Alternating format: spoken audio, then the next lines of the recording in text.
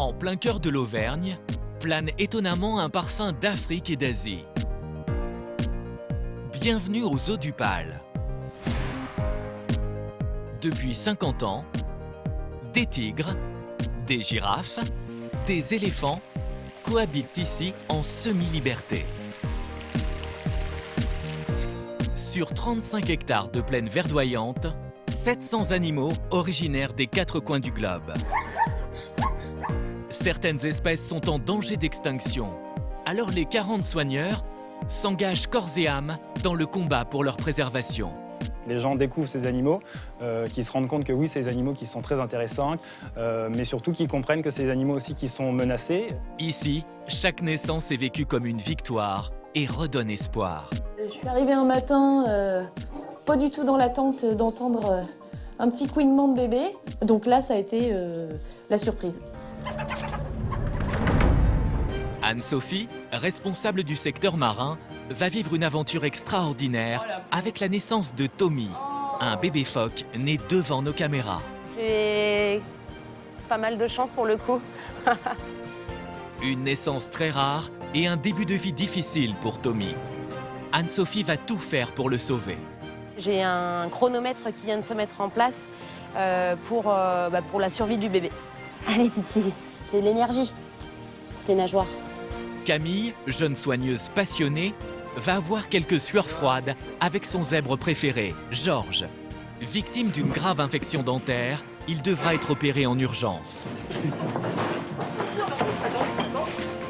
C'est bon, le ballot. Tant que là, il n'est pas debout et que demain, il n'est pas en pleine forme, moi, je suis inquiète là jusqu'à demain soir. Dans cette immense ménagerie, il y a évidemment des animaux craquants. Ils ont fait des bisous. Et d'autres plus effrayants. Céline, la vétérinaire, doit faire preuve tous les jours d'un courage à toute épreuve. Ouais, bravo Céline. Oh, putain, du premier coup, t'es trop fort. Chaque année, plus de 600 000 curieux se rendent aux Eaux du Pal.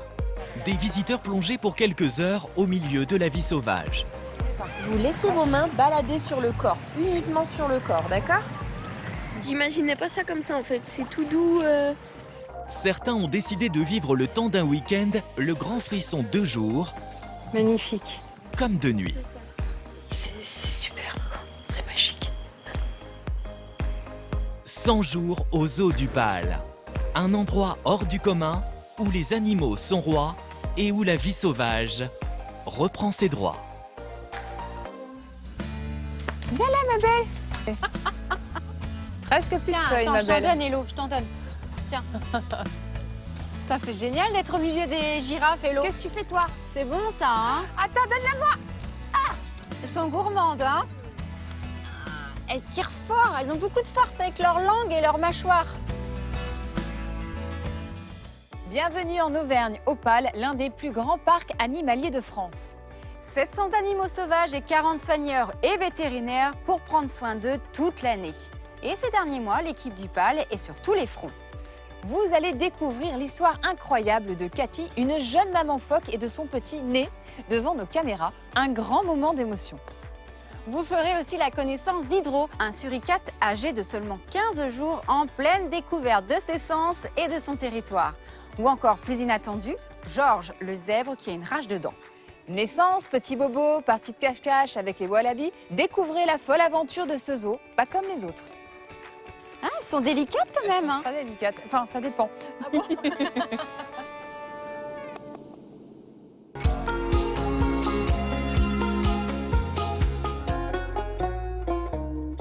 Au Pal, situé à 120 km de Clermont-Ferrand en Auvergne. Pour Anne-Sophie, la responsable du secteur marin, une journée marathon commence. Nos petits phoques, ils nous attendent. Ça va les petits loulous phoques? On a bien dormi? Une famille de 3 animaux un peu particuliers vit au Pal. Ce n'est pas très connu, mais ces phoques gris sont français. On peut en apercevoir à l'état naturel dans la baie de Somme. Hop là, il est par là? Cela fait 8 ans qu'Anne-Sophie en prend soin. Hop là. Alors, elle les connaît tous par cœur. Alors là, on a Cathy, sur ma gauche. Cathy qui ne veut pas manger son petit Spratus. Cathy qui est âgée de 14 ans, comme Julie qui est juste ici. Et on a Omer qui est juste à côté, qui est aussi âgé de 14 ans. Au fil des ans, Anne-Sophie a noué une relation de confiance avec la petite tribu. D'un simple geste de la main, elle parvient à se faire comprendre. Alors, non seulement on va venir leur demander de toucher, mais en plus on va leur demander des exercices un petit peu plus complexes. Notamment par exemple de les mettre sur le côté. On se met sur le côté, on reste. En apparence, un jeu, mais qui sert surtout à ausculter l'animal. Et ce matin, peut-être une bonne surprise. Les filles, surtout Cathy, j'ai l'impression que ça grossit un petit peu, non? Petit bedou? Il y a un petit bedou là? Je crois qu'il y a un petit bébé. Va falloir qu'on fasse des échographies maintenant pour qu'on sache si elles sont gestantes ou pas. Hein les filles, on est d'accord? Ouais? On va faire des échographies? Cool. Elles sont d'accord. Cela fait 2 ans que le parc n'a pas connu de naissance de phoque. La venue au monde du bébé de Cathy serait un événement extraordinaire. Mais pour faire une échographie, Cathy doit d'abord accepter la présence de Céline, la vétérinaire. Du coup, Céline, on va te laisser t'installer contre le mur au fond. Voilà. Dans l'idéal, si tu peux te mettre accroupi, c'est parfait. Le phoque a beau être un animal intelligent, il n'en reste pas moins très craintif. Il se laisse difficilement approcher par l'homme. Coucou Cathy, regarde. Ok. Céline, la vétérinaire, va vite s'en apercevoir. Excellent. C'est Céline. C'est Céline qui va faire ton échographie, mais pas tout de suite. Tu as ton poing et tu la retournes. Tu retournes ta main en fait. Et après, tu peux lui demander de rester. Enlève ta main et reste. Cathy, en confiance, se laisse faire. Mais quand la vétérinaire s'approche... Tu vas pouvoir descendre. Ouais, tu peux toucher un peu partout finalement. Non, Cathy. Cathy prend peur. C'est pas grave, Cathy. Cathy, c'est pas grave. Viens ma Cathy Cat. Viens. Ouais. C'est parce que tu l'avais pas vue. Ça t'a surpris. C'est pas grave. C'est pas grave. Turn. Tu restes, Cathy. Alors en fait, n'hésite pas à lui parler. Et du coup, elle, ça va la rassurer aussi. Très bien. Voilà. Deuxième tentative. C'est parfait. C'est nickel. Cette fois, Cathy accepte cette nouvelle présence. Un bon point, mais c'est loin d'être gagné. La vétérinaire va devoir réitérer cet exercice plusieurs fois avant de pratiquer une échographie. Seule solution pour savoir si Cathy attend un heureux événement. Toute l'équipe croise les doigts.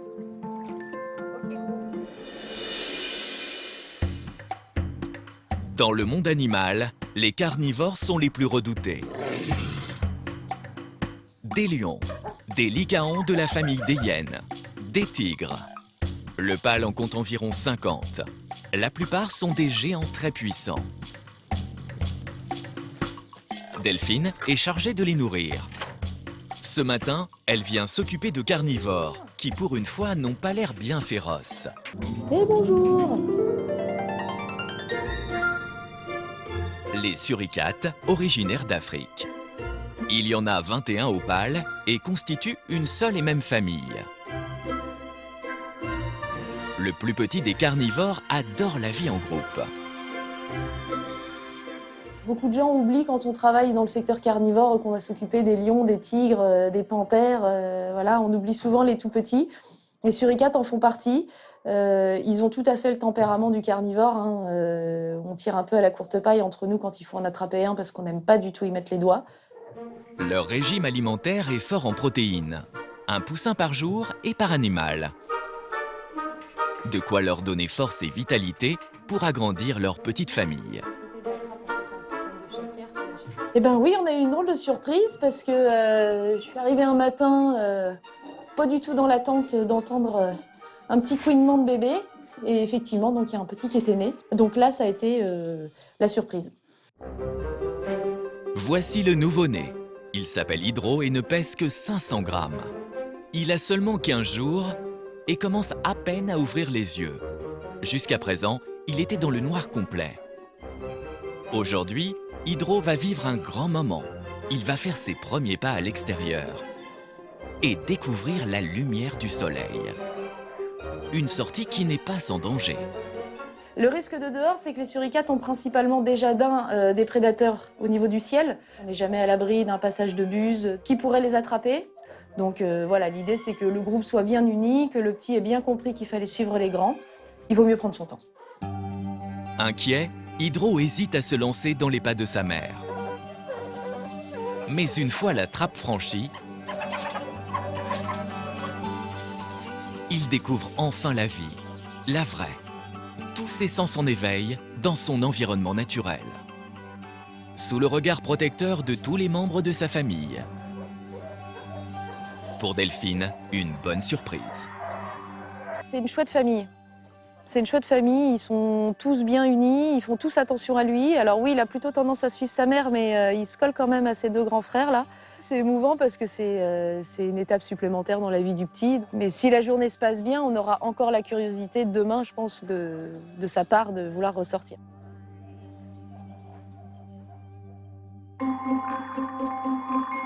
Opale, une 60aine de naissances ont lieu chaque année. Et s'occuper de tous ces nouveau-nés demande aux 40 soigneurs beaucoup d'énergie. Camille s'occupe des 70 herbivores du parc. Son travail, vous allez le voir, peut être très physique. Tu veux choper lui, toi? Sa mission du jour, capturer les animaux les plus sauteurs de la planète, les wallabies d'Australie. Chaque année, entre 3 et 4 wallabies naissent au Opale. Les derniers nés sont aujourd'hui âgés de 5 mois. C'est l'heure de leur première visite médicale. Encore faut-il réussir à les attraper. Moi, je saute pas, vous savez bien. Oui. Non, non. Du coup, on a un plongeur de chaque côté. On va les attraper pour les identifier.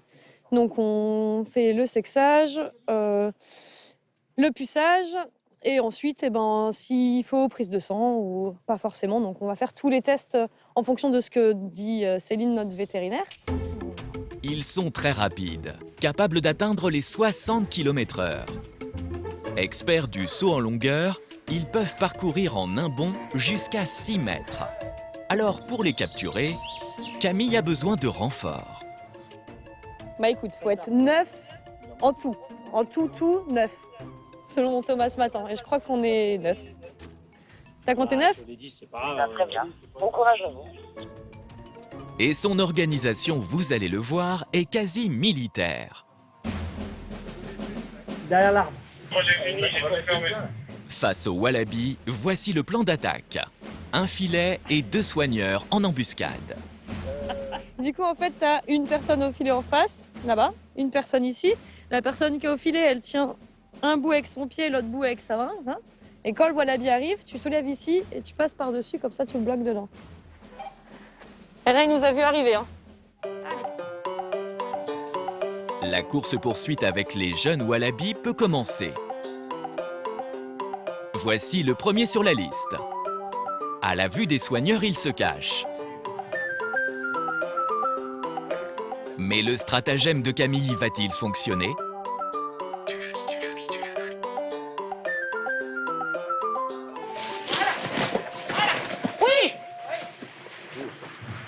Vas-y, sors-le du filet. Le petit est stressé. Alors pour l'apaiser, Camille lui pose un linge sur les yeux. On lui remet un petit truc sur la tête, ça va le détendre. C'est bon. Premier examen, la pesée. Et avec un animal aussi agité, seule solution, monter avec lui sur la balance. Même s'il gémit, cette prise par la queue est garantie sans souffrance. 75. Vas-y. 75 kilos, moins le poids du soigneur, ça fait 3 kilos tout rond. C'est le moment de vérité. Fille ou garçon? Donc, premier, femelle, 3 kilos.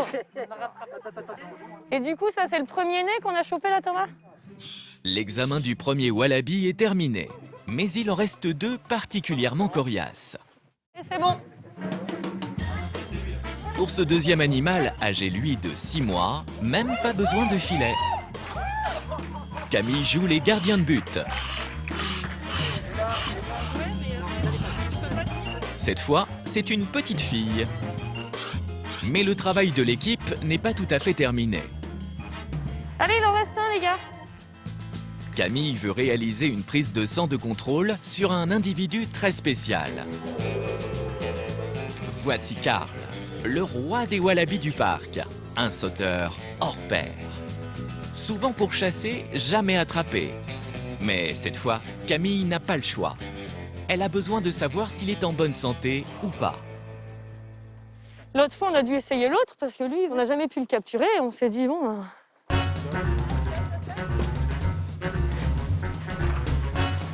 Premier essai. C'est l'échec. Oh putain! Seul contre tous. Oh putain! Il est trop fort!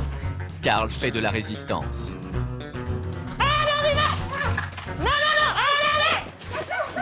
Avec les adultes, c'est pas du tout pareil. Déjà, d'une, ils connaissent la capture, donc ils connaissent les failles du filet, les failles de la méthode. Donc ils essaient de passer au-dessus ou en dessous, ils y vont vraiment avec beaucoup de force. Et après, pour la contention, c'est pas la même, quoi. C'est parti, mon kiki! 20 minutes à jouer au chat et à la souris avec un wallaby. Et au final... Allez, les gars! Oui, oui, oui, oui, oui! Bonne prise. Oh, il est balèze, hein. Ah, il est balèze. Pas moins de 4 soigneurs pour contenir Karl. Céline, la vétérinaire, pratique une prise de sang indispensable pour contrôler son état de santé. Ouais, ouais. Pour la peser, toujours la technique de la queue. C'est sans douleur pour l'animal, C'est quoi cette danse? mais sportif pour les soigneurs. 92! Quoi monte? Il est plus léger parce qu'il est plus gros que moi, bah, c'est sûr. 92. Au final, Karl pèse 19 kilos, un poids normal pour son âge. Et les analyses confirmeront sa bonne forme. On a trop géré, on a tout fait, quoi. Si l'équipe est rodée à l'exercice, pour Céline, c'était une grande première. Cette jeune femme de 28 ans est la nouvelle vétérinaire du parc. À la clinique des animaux, elle a pris son poste voici 4 mois. Avant, elle s'occupait d'animaux dans une association en Indonésie. Désormais, elle soigne les 700 animaux du parc. C'est un rêve d'enfant. Après, vétérinaire en zoo, je pense que j'y pensais. C'était vraiment quelque chose que je trouvais génial, mais je ne pensais pas que ce soit possible parce que c'est un milieu qui est difficile d'accès. Et puis, pour l'instant, j'ai réussi à y rentrer et je réussis à m'y maintenir. Chaque année, des centaines de candidats pour seulement 10 nouveaux postes de vétérinaires à pourvoir dans les 90 zoos de France. Aujourd'hui, Céline va en apprendre beaucoup sur une espèce qu'elle connaît encore peu. Elle a rendez-vous avec Anne-Sophie, la responsable des animaux marins. Alors désolée, je t'emmène pas aux Maldives, je t'emmène simplement dans le bâtiment phoque. Même pas une petite photo de cocotier, un truc comme ça. Une famille de phoques va peut-être s'agrandir. Le ventre de Cathy semble s'arrondir de jour en jour. Alors, attend-elle un heureux événement? Il est désormais temps d'en avoir le cœur net. C'est quel type de sonde auquel elle est habituée? La petite ou la grosse? La grosse. La grosse, cool. Céline tente d'établir depuis quelques jours un contact avec Cathy dans le but de lui faire une échographie. Aujourd'hui, c'est le moment tant attendu. Alors, en fait, elle va pas voir tes mouvements à toi. Et du coup, je préfère qu'elle te voit pas trop bouger. C'est ça. Mais la vétérinaire n'est pas rodée à l'exercice. Céline, pour vous, c'est une première échographie de phoque? De phoque, oui. De cétacés marins, effectivement, j'ai encore jamais posé de sonde. J'avais fait de l'entraînement médical mais on n'en était pas encore à cette étape-là. Voilà, donc du coup, ça va être une découverte. Cathy montre le bout de son nez. Cathy, viens. Oui. Allez, viens, ma belle. Sans se douter de ce qui l'attend, elle semble plutôt d'humeur joyeuse. Cathy, viens. Allez, on y va. Comme d'habitude, Anne-Sophie la rassure. Vas-y, touche. Ok, viens. Ouais, tu te rapproches un peu. Ok, on va pas trop réfléchir, tu restes. Céline, dans son coin, se fait d'abord discrète. Allez, ok. C'est moi qui me mets là. Tu t'inquiètes pas. Voilà. Super. Je vais déplacer la machine.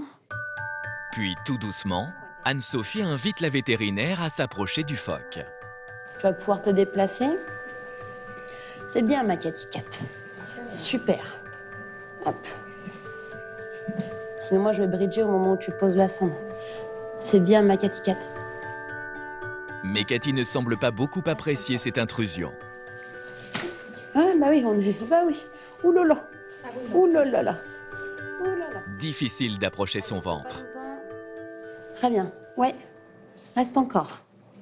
Ouais, c'est dès que tu commences à. Ouais, et pourtant, j'appuie pas du tout. Hein. Ouais. Mais même sans appuyer, j'arrive à voir quelque chose, donc... Ah, c'est top. On reste, moi, du coup, on va se redécaler un petit peu. Et à force de patience, À peu près par là tout à l'heure. On reste, très bien. Cathy, reste. Voilà, on reste. On reste. C'est bien, ça, Cathy. On reste encore. On reste. Cathy finit par dévoiler son secret. Grand moment d'émotion. En rouge, on aperçoit le cœur du bébé phoque qui bat. Cathy est gestante depuis environ 3 mois. Ouais, bah non. Elle aime pas trop que je... que j'aille y voir. Petite maline. Bah oui. Bah oui. Mais Cathy. Bon, ouais, c'est cool. Je t'avais dit que c'était une bonne journée. Chez les phoques, pas de portée. La femelle attend un bébé à la fois. Sa gestation dure environ 11 mois. 11 mois pendant lesquels Cathy va être couvée, surveillée comme le lait sur le feu par toute l'équipe, surtout par Anne-Sophie. Au revoir. Ah, tu montes là-bas. D'accord. Au revoir. C'est bien. C'est super. Bravo. Je te félicite.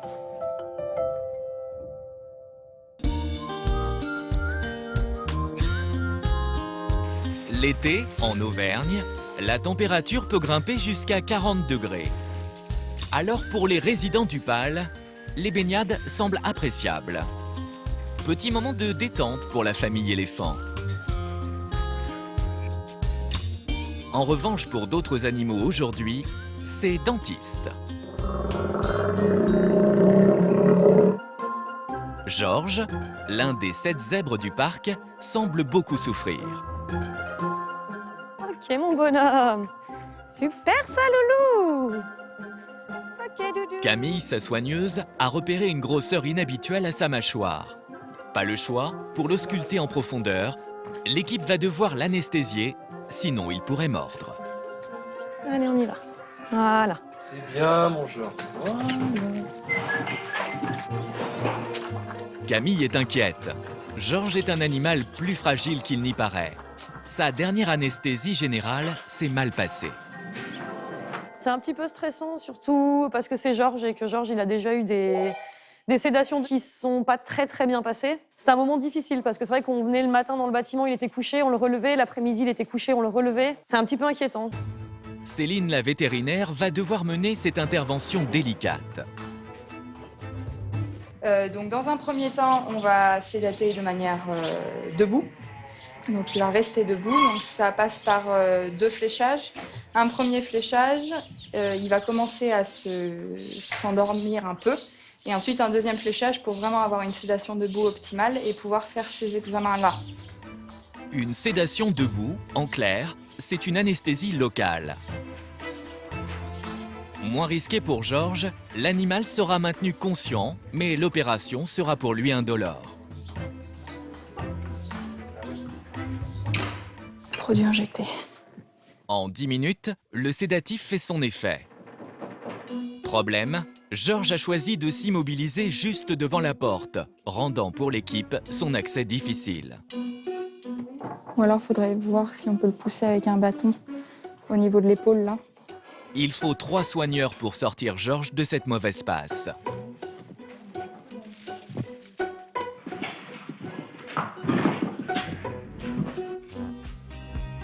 Ce détail réglé, place au docteur. Céline a fait appel à un expert, un dentiste vétérinaire spécialiste en équidés, les chevaux, les ânes et les zèbres. Je continue à soigner ce qu'on avait déjà prévu. Très vite, il trouve le problème. C'est visible jusqu'à la racine, donc c'est pas complètement nettoyé encore. D'accord. Et c'est entre deux dents, c'est ça? Oui. Ces petits bouts de bois de 3 cm de long sont restés coincés pendant des jours entre les dents de Georges. Ce n'est pas de bon augure. C'est bon? Bien. Okay. On peut faire des radios? Ouais, ça marche. Le médecin redoute une infection des gencives. On appelle cela une parodontite, courante chez les humains comme chez les équidés. Cette maladie peut provoquer des déchaussements. Si les radios confirment l'infection, il faudra opérer Georges rapidement. Malheureusement, les gencives sont bel et bien atteintes. Il y a des exubérances dentaires, des aspérités assez sévères chez lui. Il y a beaucoup de nourriture coincée en dessous et entre les dents. Donc, il fallait aider un peu. D'accord, ok. La situation est plus compliquée que prévu. Ça donne qu'on a une infection dentaire et du coup, il va falloir aller coucher l'animal pour essayer d'explorer plus en profondeur et voir l'atteinte au niveau des dents. Il va falloir opérer Georges pour un nettoyage complet des gencives. Et cette fois, pas le choix. Il faut recourir à l'anesthésie générale. Une intervention risquée pour l'animal, mais aussi pour Céline, la vétérinaire. Elle va manipuler le sédatif le plus puissant de la médecine animale. Je vais prélever le produit.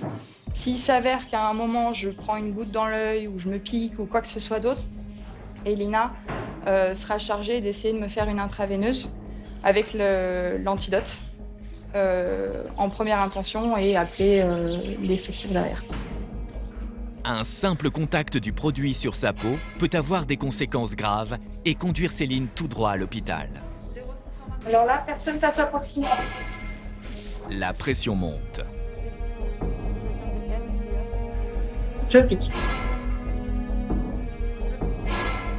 Probablement, il va peut-être tomber par là. Est-ce qu'on garde les fesses par là-bas pour être sûr qu'il se couche là?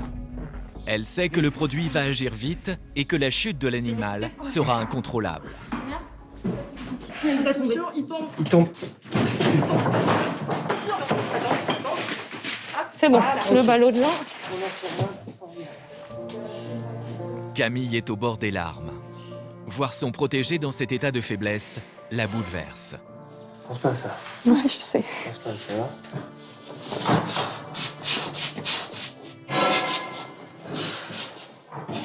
Il est temps pour le dentiste vétérinaire d'opérer Georges. Avec ses instruments dentaires taille XXL, il va limer les deux dents infectées et enlever les impuretés incrustées jusqu'aux gencives. Georges, complètement endormi, ne se rend compte de rien. J'ai enlevé les aspérités.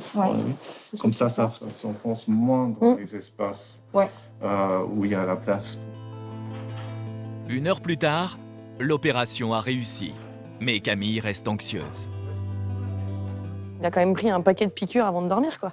Et plus tu mets des piqûres, et plus après, tous ces produits-là, il faut les réverser pour que ton animal il se réveille.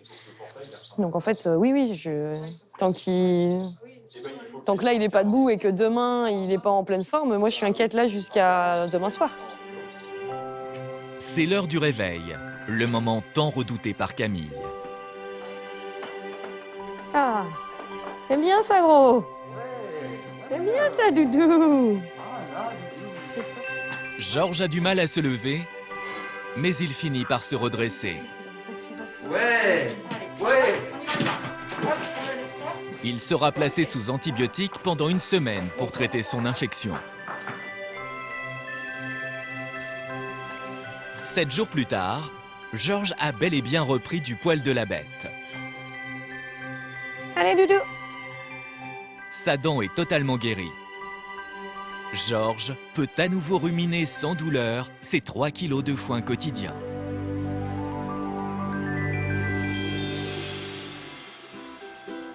Et de la nourriture, il en faut beaucoup au PAL pour nourrir les 700 pensionnaires. Une seule personne s'occupe de la préparation des menus, c'est Nila. Pour elle, un travail de titan. Elle passe au minimum 3 heures chaque jour dans cette cuisine à couper les poireaux, les radis, les pommes. Au total, 200 kilos de fruits et légumes à préparer chaque jour. Et si possible, selon les envies de chacun. Pas si simple. Par exemple, chez les primates, c'est pas parce qu'ils font partie de la même famille qu'ils vont avoir... Enfin, ils vont tous avoir des régimes alimentaires assez particuliers. Certains vont manger que des végétaux, d'autres vont manger un petit peu de viande. Il y en a qui vont être plutôt frugivores. Je mets ça au frigo. Le problème, c'est que les fruits et les légumes frais, cela peut coûter vite très cher. Le budget est d'environ 6 000 € par mois. Alors, pour réduire la facture, une solution a été trouvée. 2 fois par semaine, Nila se rend au supermarché d'à côté pour récupérer tous les invendus. Un partenariat mis en place depuis 5 ans. Ce qu'on va récupérer, ça part pas à la poubelle. En plus, c'est en bon état. Donc pour les animaux, c'est bien. Seul inconvénient, impossible de savoir à l'avance les quantités de nourriture invendues par le supermarché. À chaque fois pour Nila, c'est la surprise. Bonjour. Aujourd'hui, il y en a vraiment beaucoup. Ouais, habituellement, il n'y en a pas autant. La récolte est bonne. 30 cagettes remplies à ras-bord, soit 200 kilos de fruits et légumes. C'est 2 fois plus que la semaine dernière. Ben, il y a un petit peu de tout, hein. Ça sera salade, il y aura beaucoup de carottes, quelques fraises. Et ça, si le PAL ne le prenait pas pour les animaux, ça partira à la poubelle? Ça part tout à la poubelle, oui. Obligatoirement, c'est à la benne. Même nous, on n'a pas le droit d'en profiter. Donc autant faire profiter les animaux. T'as les patates qu'il y a. Les saïmiris, les gibbons, ils vont être super contents. Aujourd'hui, le zoo a économisé environ 300 €. Toute cette nourriture sera avalée par les pensionnaires du parc en seulement une journée.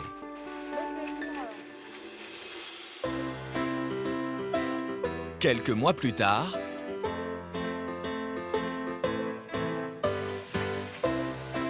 au bassin des phoques, les choses sérieuses commencent. Cool, la caméra! Anne-Sophie est impatiente. Trop bien. Du coup, on va l'installer pour qu'on puisse filmer sur la droite, là? Ouais. Ouais, c'est bon? Là, tu me diras comment est-ce qu'on va l'orienter. Ouais. Une caméra pour capter un moment rarissime, la naissance d'un bébé phoque. La mise bas de Cathy semble imminente. Anne-Sophie a relevé des indices. Clairement, elle a dû dormir là cette nuit. Parce que tu as vu, ça fait tout plat là. Ouais. Et à mon avis, elle a dû dormir ici cette nuit. Et la nuit d'avant aussi, elle a dormi là. La femelle a marqué son territoire et semble avoir choisi cet endroit pour la mise bas. Comme si Cathy avait tout prévu pour son petit. J'aurais tendance à penser que le fait qu'on ait un petit rocher plus la barrière ici fait que quand elle va mettre bas, le bébé sera en sécurité. Donc il va y avoir une petite barrière entre le bassin et justement la plage. Il n'y a que cette zone-là où elle va être propice en tout cas pour faire sa naissance, pour mettre bas. L'événement peut avoir lieu à n'importe quel moment, peut-être même cette nuit. Bon bah c'est cool, en tout cas moi j'ai hâte. Hein.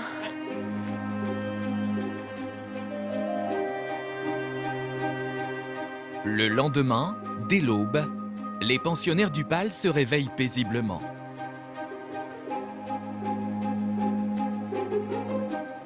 Anne-Sophie et son équipe n'ont qu'une hâte, découvrir s'il s'est passé quelque chose cette nuit chez les phoques. L'équipe visionne les images captées.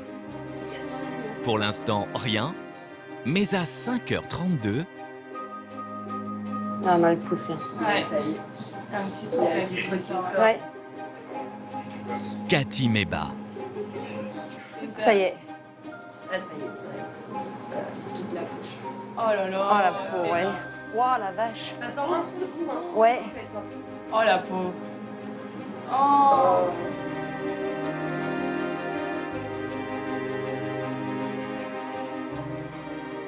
Ça a été rapide quand même. Hein. Bah ouais, carrément. J'ai 3 minutes. 3 minutes. Ouais, tu vois, j'ai pas fait gaffe, mais ça va. Hein. Le bébé est déjà robuste. Il mesure pas loin de 50 cm et pèse 7 kg. Et surprenant, moins de 20 minutes après sa naissance, le petit va déjà dans l'eau. Couvert de sa combinaison de plongée, le bébé phoque sait instinctivement nager en apnée. Anne-Sophie est impatiente de découvrir son nouveau protégé. Il est où? Il est encore trop tôt pour savoir si c'est un garçon ou une fille. Il est beau ton bébé, dis donc. Cathy. Et sa mère a droit, en cette grande occasion, à une double ration. Tu veux manger? C'est un menu spécial aujourd'hui.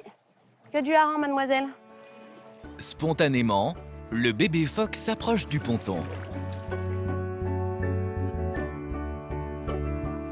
Elle est où ta maman? Regarde. Ouais. Tu veux venir là? Viens, Titi. Bah oui, t'es trop beau. Coucou, toi. Bah oui. Oh, t'es trop mignon. Un tête-à-tête rare pour Anne-Sophie. Presque inespéré, tant les femelles sont réputées protectrices avec leurs petits.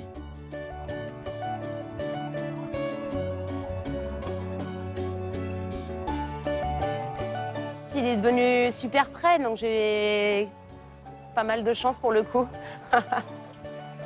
Cathy va lui offrir un autre cadeau. Elle allaite son petit sur le ponton, aux yeux de tous.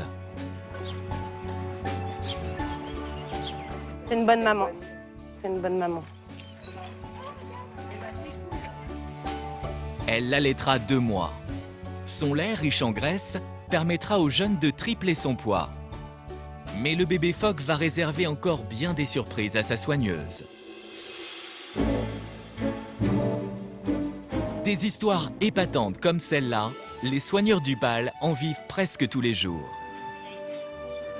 Anne-Sophie va d'ailleurs être le témoin privilégié d'une rencontre digne d'un conte de fées. Viens. Coucou. T'es trop beau. Il y a quelques mois, la jeune femme permettait à Punk, la seule loutre cendrée d'Asie du parc, de découvrir l'amour. Tu colles ton nez, ouais, grave. Il va avoir la joyeuse surprise d'avoir une nouvelle copine donc, qui va l'accompagner assez prochainement. À l'époque, la soigneuse n'avait pas hésité à parcourir 400 km en voiture jusqu'aux eaux de Thoiry. Bonjour Mathieu. Bonjour. Ça va? Dans le seul but de récupérer cette jeune femelle, très en beauté. Elle est trop mignonne. Regarde la tête qu'elle a. On va te présenter un beau garçon, tu vas voir.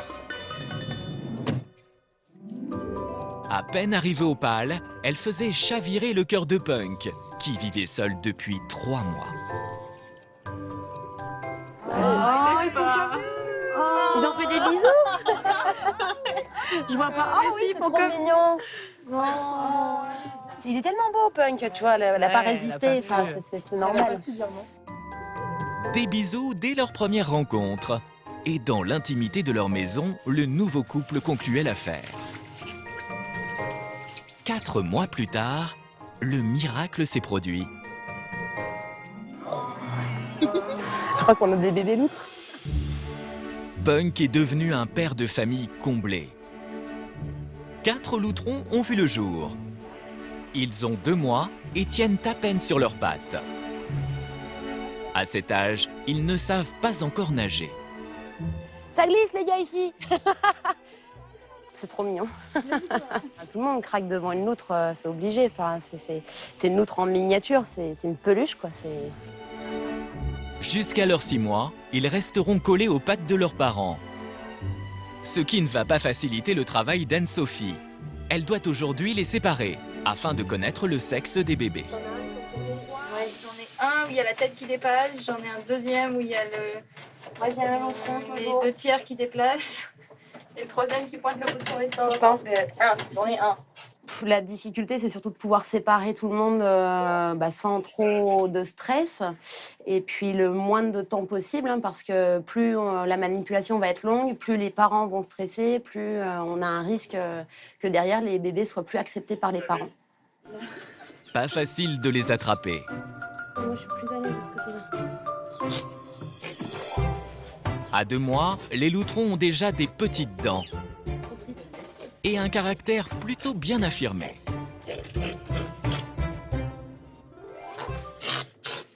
Ça, c'est un garçon. Bah oui, on savait que c'était un garçon.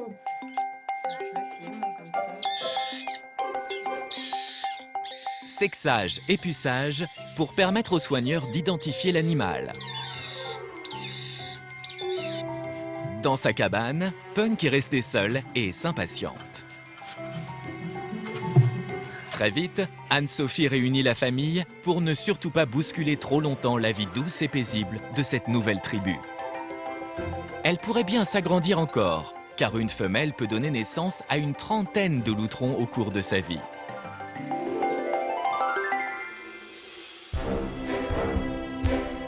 Chaque année, le parc accueille environ 600 000 visiteurs. Essentiellement des familles qui veulent percer ensemble les grands mystères de la vie animale. Pour une immersion totale, certains veulent y passer la nuit. 31 lodges ont été construites au milieu des animaux sauvages. Magali veut offrir à sa famille un week-end safari. Excellent. Ils arrivent de Neuchâtel, à 350 km de là. Vous avez déjà choisi vos lits? Son mari Thierry et leurs 2 filles, Adena et Giali, sont émerveillés. C'est la chambre parentale, hein? La classe. Mais on boira le café sur la terrasse. Magnifique. À leurs pieds, comme un air de savane. Un parfum d'Afrique plane au-dessus de l'Auvergne. Pour une nuit, on a l'impression vraiment d'être parti en Afrique et d'être loin de chez nous. C'est impressionnant. Alors là, je suis sur 2 antilopes. Il y a un zèbre. À peine arrivée, la mère de famille veut découvrir les animaux. Elle tombe sous le charme des volatiles, notamment les ibis au long bec. Elle lui donne à manger, regarde. Elle mâchouille. T'as vu, Tchali? Elle mâchouille et puis elle lui donne. Quelques mètres plus loin, Regarde les dents que ça a. pas le même effet avec les alligators du Mississippi. J'aime pas ces bestioles quand même. Moi, ça me fout la pétoche. Ah, moi j'aime trop. T'as vu ses mains, elles sont minuscules. Et ça, on n'en aura pas, même si t'insistes. Aujourd'hui, Magali a réservé une surprise à ses filles, et pas des moindres. On va être les premiers en France et même en Europe à aller se baigner avec les phoques et pouvoir toucher les phoques. Trop bien. 1 heure pour se baigner avec les phoques. Un tête-à-tête hors du commun, sous la protection d'Anne-Sophie, Bonjour, bienvenue. Bonjour. Je laisse me suivre. la responsable du secteur marin. Il fait un petit peu chaud, effectivement. Magali est ravie. Pour le coup, c'est quand même un moment J'étais exceptionnel. super impatiente aussi, donc j'avais envie de partager la chose, et puis comme les gamins. Bah oui. Un jour pour tout le monde. C'est un grand jour pour tout le monde, et même pour nos phoques au final. Mais l'une de ses filles ne partage pas le même enthousiasme. Un peu peur, mais bon, ça va être une belle expérience. T'as peur de quoi? Je sais pas. Qu'ils apprécient pas, enfin. Qu'ils se sentent pas à l'aise et du coup. Ça s'approche pas? Ouais, voilà.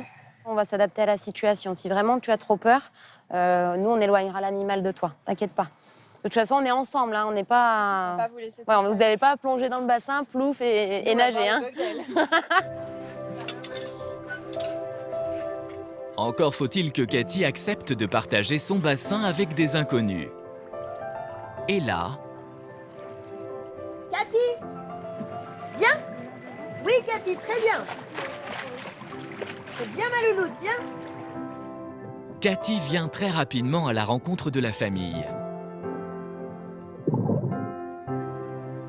L'animal semble même y prendre du plaisir. Je vais m'approcher de vous. Non, pas la main du monsieur. Et là, quand elle passe devant vous, vous laissez passer vos mains. Alors, pas sur le nez. Cathy, ne bougez pas. Vous laissez vos mains balader sur le corps, uniquement sur le corps, d'accord? L'adolescente arrive à se laisser aller. J'imaginais pas ça comme ça en fait. C'est tout doux, tout lisse. J'imaginais vraiment pas ça comme ça. En confiance, la jeune fille nourrit même Cathy. Et comme un remerciement, la maman phoque lui présente son petit. Des instants magiques, hors du temps. Maman est triste. Bon, super. Eh ben nickel. Génial. Ouais. Ah ouais, super. Ça vous a plu? Ah, excellent. C'était super. Ouais. Mais tout près comme ça, le regard. Oui, ils cherchent. Ouais. Leur regard, c'est impressionnant. Ces rencontres organisées exceptionnellement ont pour but de sensibiliser les visiteurs à la protection des phoques et de soutenir une association. Magali a réussi sa surprise et elle ne compte pas s'arrêter là.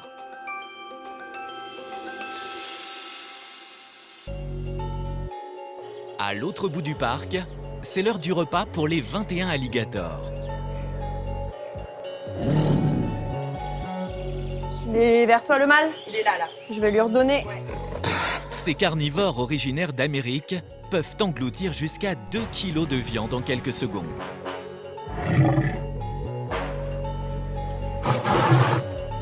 Certains mesurent jusqu'à 6 mètres de long et possèdent surtout la mâchoire la plus puissante au monde.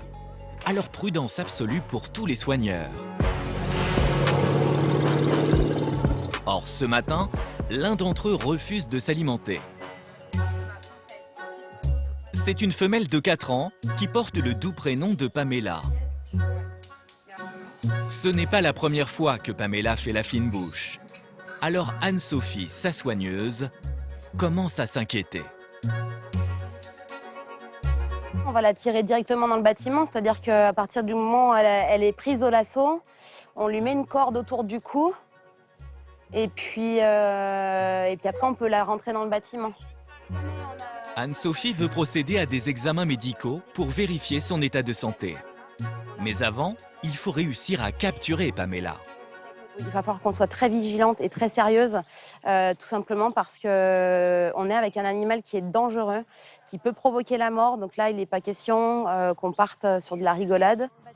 Pour cette opération à haut risque, il faut au moins 3 soigneurs. C'est tout bon pour tout le monde? Oui. Oui, madame. Oui, chef. Ok. Pour Anne-Sophie, la priorité est de sécuriser l'équipe. À 2 mètres au-dessus du bassin, elle va tenter d'immobiliser l'animal. Tu vois, je vais me coucher là. Grâce à ce lasso en fer.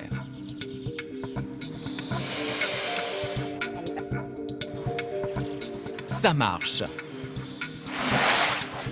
Là. Mais rien n'est encore gagné. Ok. Corde.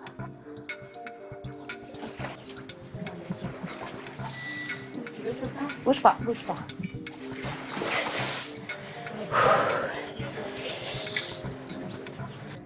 J'aimerais, si tu peux, toi, tenir ça. Du coup, je vais tenir la corde. Je suis là, les filles. Ouais, attends 2 secondes. Tiens, juste ça comme ça, avec ça. Là. Attention, hein, Maria. Un des soigneurs est près du bassin, à seulement 1 mètre de l'animal.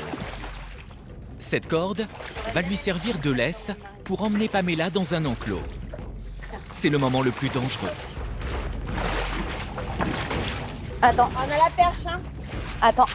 Marie, attends. Elle peut attendre? C'est quoi ma perche? Tirez pas. Il faut agir vite. Anne-Sophie rejoint Marie restée seule avec le prédateur.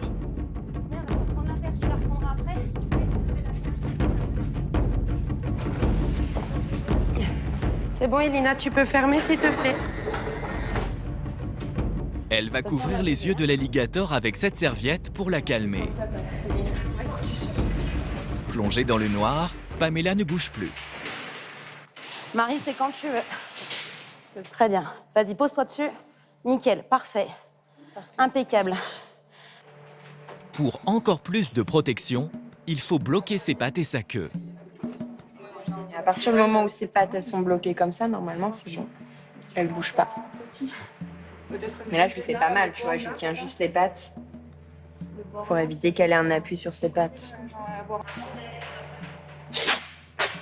Ouais, merci. Impeccable. Et pour éviter une morsure, un simple bout de scotch sur le museau. Car étonnamment, si l'alligator a beaucoup de force pour fermer sa mâchoire, il n'en a pratiquement aucune pour l'ouvrir. Cette fois, Pamela ne bouge plus. Céline, la vétérinaire, va pouvoir l'ausculter. Je pensais pas pouvoir la choper, franchement. Tu peux me filer une compresse, s'il te plaît, Nina? Merci. Et juste avoir la lumière encore. Et elle repère une vilaine blessure. On a une nouvelle plaie qui est ici. Donc c'est ça qu'on voulait essentiellement regarder aussi. Cette plaie est-elle responsable de la perte d'appétit de Pamela? C'est l'hypothèse de Céline qui suspecte une infection. C'est bon. Alors elle réalise un prélèvement Attention, ça risque de bouger, hein. et une prise de sang dans l'urgence car l'animal s'impatiente. Ouais, bravo Céline. Oh, putain, du premier coup, t'es trop forte. Mais pas mal, là. Hein. En prévention, la vétérinaire met Pamela sous antibiotiques. On a un spray qu'il faudra lui juste asperger tous les jours. Un bon choix, car l'analyse révélera plus tard une septicémie, c'est-à-dire une infection généralisée. C'est pour cela qu'elle ne mangeait plus. Je vais descotcher. À partir du moment où j'ai descotché, Marie, tu pourras sortir. C'est bon pour vous? Oui, c'est bon. Ok. Sans l'intervention rapide des soigneuses, Pamela aurait pu mourir. Tu veux que je tienne? Ok, je tiens. L'animal mettra 2 mois pour se remettre de son infection et retrouver tout son appétit.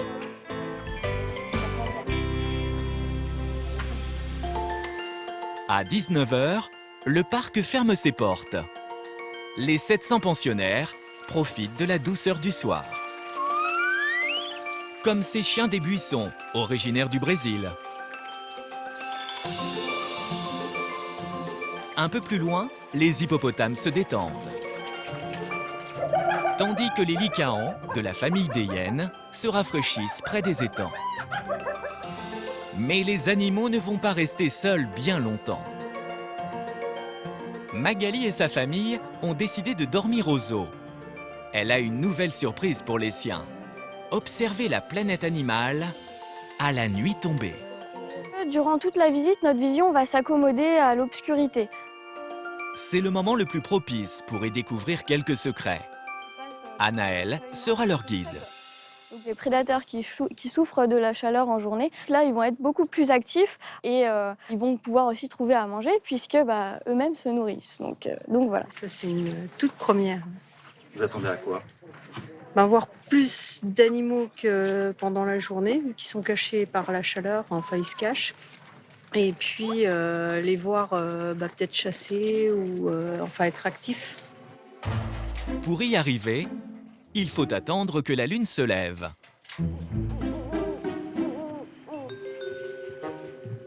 Si les singes et les cigognes font leur nid pour la nuit, d'autres animaux vont sortir de leur cachette. Vous pouvez faire une pression de 3 secondes et puis là, vous allez avoir une marque qui apparaît. Et une fois qu'elle est allumée, c'est tout bon. Des jumelles à vision nocturne, car l'obscurité est totale.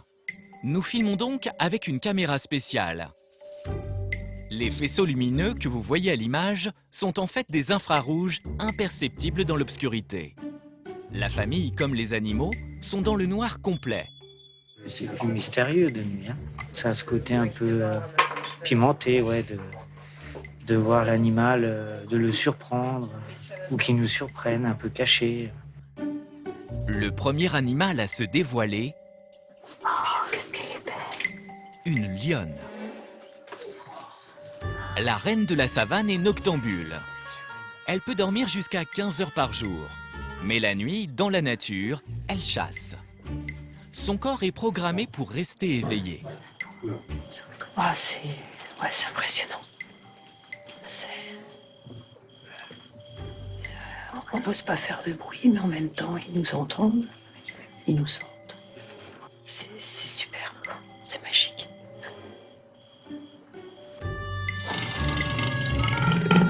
Une nuit envoûtante. Plus loin, un autre prédateur, le loup du Canada, qui voit aussi bien la nuit que le jour. Quand tout à coup, un étrange bruit dans la nuit. C'est Tom, l'éléphanteau. À 7 ans, sa vision dans le noir est à peine meilleure que la nôtre. Et pourtant, il est le mammifère le plus insomniaque de la planète. Il peut rester 46 heures debout sans dormir. Tout ce qui est branches, souches, tout ça, il va s'amuser à le casser. Il faut savoir qu'un éléphanteau, il ne sait pas du tout utiliser sa trompe dès le début. Hein. C'est vraiment quelque chose qu'il ne contrôle pas. Il essaye, il teste sa force. Nina. C'est même l'activité préférée de l'éléphant. Jouer avec sa trompe et grâce à elle, briser tout ce qu'il trouve sur son chemin. Et là, il est beaucoup plus apaisé avec sa maman. Hein. C'est pas la même chose. Il est 23 h, fin de l'expédition. La famille est en plein rêve. Moi, je préfère de nuit. On voit l'animal, on l'entend aussi, parfois respirer, crier. Donc, c'est beaucoup plus impressionnant de nuit. Cette activité a coûté 10 € par personne. Une nuit au zoo que Magali et sa famille ont bien envie de recommencer. Le lendemain matin, le jour se lève au pâle. Et doucement, les animaux s'éveillent. Les hippopotames prennent leur bain du matin. Les girafes avalent leur petit déjeuner. Et le marabout fait son jogging. Au secteur marin, Anne-Sophie rend visite à son nouveau protégé, le bébé phoque. Le petit de Cathy a maintenant 2 mois. C'est un garçon. Et l'équipe lui a donné un prénom, Tommy. J'ai du petit poisson pour toi. Mais problème, Non, mais n'aie pas peur. il ne mange pas.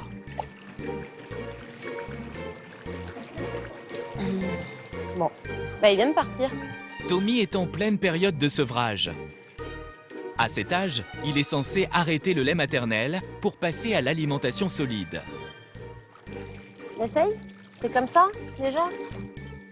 Ces petits poissons, Tommy devrait en manger une 12aine par jour pour bien évoluer. Mais il n'en avale presque aucun. Le sevrage chez tous les animaux peut être un moment délicat. Là, pour le coup, lui, on va lui filer un petit coup de main parce qu'apparemment, il a des difficultés. Alors, inédit, Anne-Sophie tente de le nourrir à la main. Allez, vas-y, mange-le. Tu peux le faire. Je suis sûre que tu peux le faire. Tu vois, c'est meilleur que le lait de ta maman.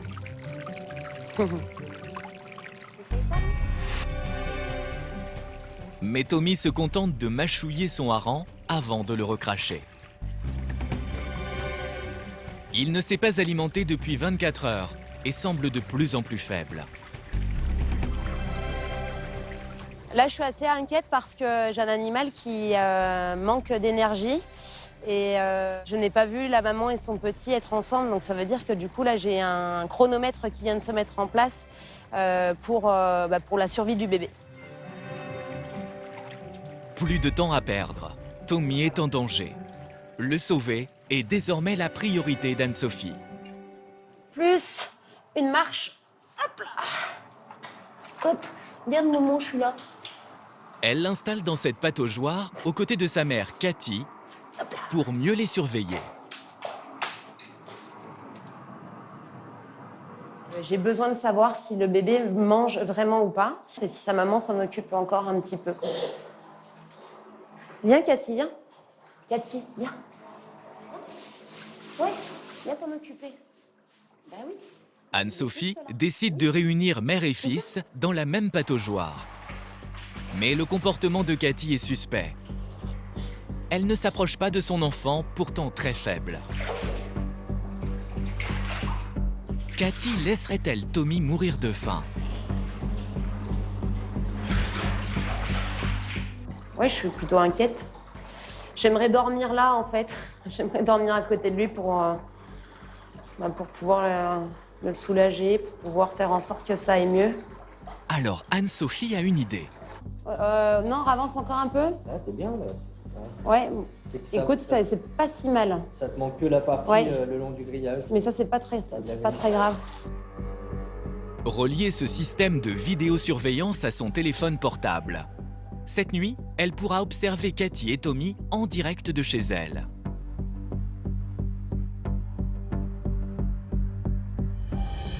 Le soleil se couche. Anne-Sophie espère que la situation va s'améliorer. Mais voilà ce qu'elle découvre à 2 h du matin. Cathy ignore complètement son petit. Plus grave, elle le charge même à plusieurs reprises. Affamé, stressé, Tommy est épuisé. Le lendemain, Anne-Sophie convoque toute son équipe. Il faut sauver Tommy. Pas bien dormi? Mais je sais que tu as pas bien dormi. Bah oui. Un grand garçon. C'est bien. Direction la balance. Tommy a le ventre vide depuis maintenant 36 heures. Il y a urgence. Si on n'agit pas aujourd'hui, c'est un bébé qui est perdu. Anne-Sophie tente une nouvelle fois de le nourrir à la main. On peut essayer celui-là si tu veux. Mais Tommy refuse toujours de manger. Anne-Sophie a vu naître une dizaine de bébés phoques au cours de sa carrière. Mais c'est la première fois qu'un sevrage est aussi difficile. Alors elle va employer les grands moyens. Ouais, en fait, moi, je vais le tenir. Ouais, et vous allez mettre le poisson si ça vous va. Si ça va pas, on change. Hein? Pas le choix. Pour sauver Tommy, elle va pratiquer ce que les soigneurs appellent le force feeding. En clair, l'alimentation forcée. Si jamais vous le faites, les filles, vous faites super attention. Si vous attrapez un doigt, vous allez avoir mal. Hein. La technique consiste à maintenir la mâchoire de l'animal ouverte et lui enfoncer le poisson jusque dans son œsophage.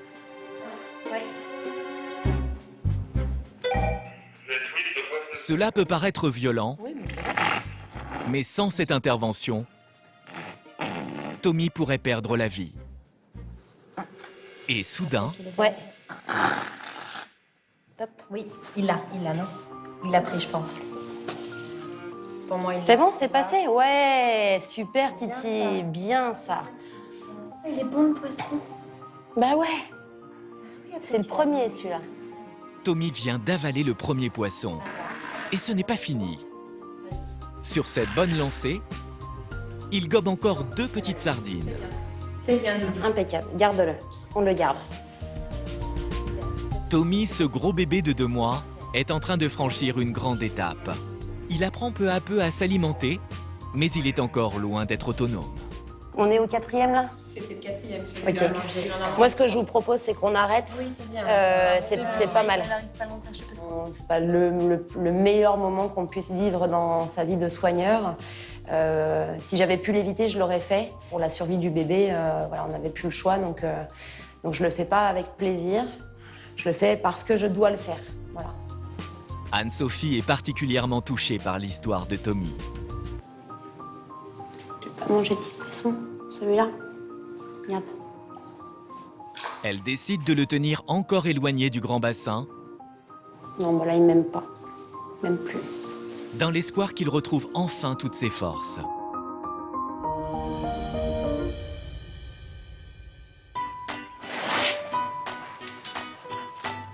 Opale, les animaux ne sont qu'exceptionnellement séparés les uns des autres. La majorité du temps, ils cohabitent comme en pleine nature. À leur disposition, un espace de 35 hectares. avec des étangs pour les parties de pêche des flamands et des pélicans, d'immenses enclos boisés pour les loups du Canada. Ici, 700 animaux sauvages en quasi-liberté. Grand confort, au beau milieu des lacs, des îles ont été spécialement aménagées pour les mammifères les plus intelligents de la planète animale, les primates. Gibbons, mandrilles, geladas et saïmiri cohabitent sur ces îles. Guillaume s'occupe d'eux au quotidien. Aujourd'hui, il accueille de nouveaux pensionnaires. Oh, les tout petits machins. 4 saïmiris supplémentaires viennent d'arriver. On les appelle aussi les singes écureuils, en raison de leur petite taille et de leur agilité. Celui-là où il a l'air un peu plus timide, là. Il restait en haut de sa corde, il est peut-être un peu moins... D'accord, oui. Celui qui arrive sur la planche, là, il était un petit peu moins... Il y en a un qui a une tête plus petite ici que les autres. Ces adorables primates sont originaires d'Amérique du Sud. Ils sont victimes d'un effet de mode. Des particuliers prêts à payer cher pour les posséder. Ce commerce illégal est en train de les décimer. C'est pourquoi Guillaume a décidé d'engager le parc dans un programme européen chargé de les protéger. C'est de la sensibilisation, c'est que les gens découvrent ces animaux, qu'ils se rendent compte que oui, c'est des animaux qui sont très intéressants, qui sont très attachants, mais surtout qu'ils comprennent que c'est des animaux aussi qui sont menacés. Si ça peut faire comprendre à certaines personnes qui avaient dans l'idée d'acheter un petit singe, c'est pas une super idée en fait, parce que lui, il sera malheureux, et nous déjà, c'est une victoire pour ça.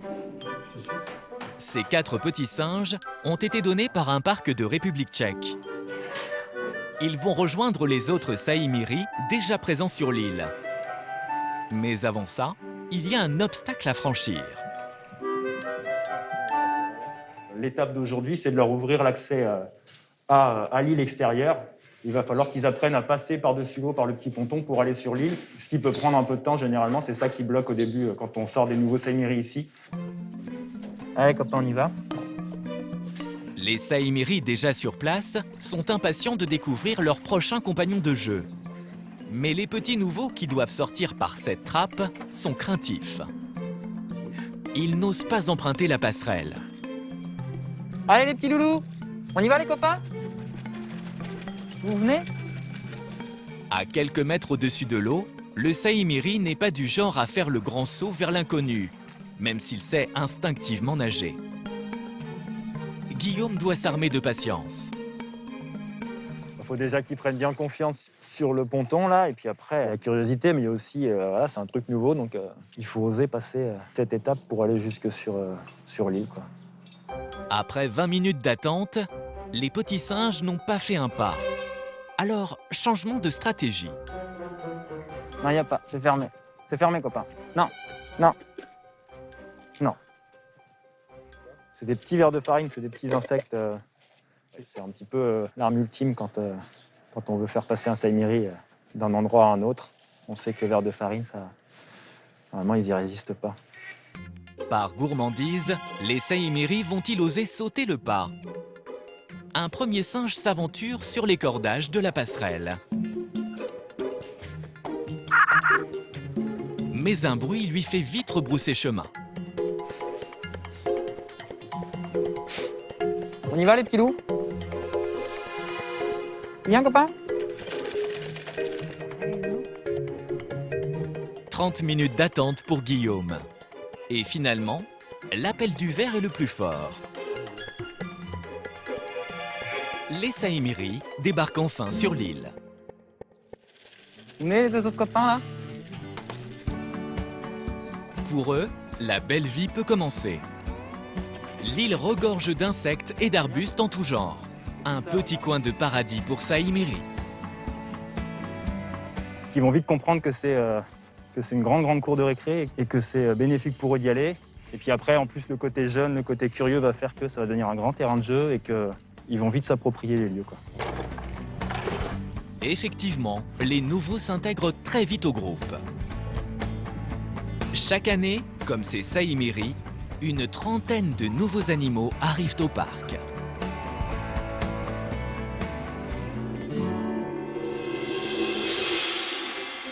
Retour au bassin des phoques avec Anne-Sophie. Cela fait maintenant 4 jours que Tommy vit séparé de sa mère, isolé dans cette pataugeoire. La distribution du repas pour la soigneuse est toujours un grand moment de stress. Tommy va-t-il accepter ce matin de s'alimenter? Allez, Titi, c'est de l'énergie pour tes nageoires. Ouais, tu vois, c'est vachement bon le sprat. Bonne nouvelle, si le bébé phoque a toujours besoin de l'aide de sa soigneuse, plus besoin de le forcer pour le nourrir. C'est bien, petit bouchon. Ben oui. On le nourrit quand même? Oui. Hein? En fait, il a repris énormément d'énergie. Donc, c'est très positif. Il a pris du poids. Ce qui fait que maintenant, on va lui laisser une chance supplémentaire. C'est du coup, on va le relâcher dans le bassin pour qu'il puisse avoir un petit peu de contact aussi avec les autres. Anne-Sophie est soulagée. Tommy a gagné un peu en autonomie. Mais une question l'obsède. Cathy, la maman phoque, acceptera-t-elle la présence de Tommy dans le grand bassin alors qu'elle le repoussait il y a seulement 4 jours? Tu viens, Tommy? Courageusement, le bébé phoque s'avance vers sa maman. Cathy s'est approchée du rebord, comme si elle attendait son petit. Ouais, Cathy, tu pourrais lui filer un coup de main quand même. Et enfin, sous le regard attendri d'Anne-Sophie,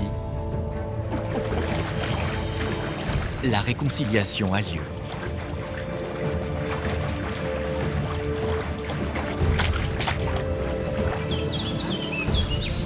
Après avoir été rejeté, Tommy retrouve l'amour de sa mère.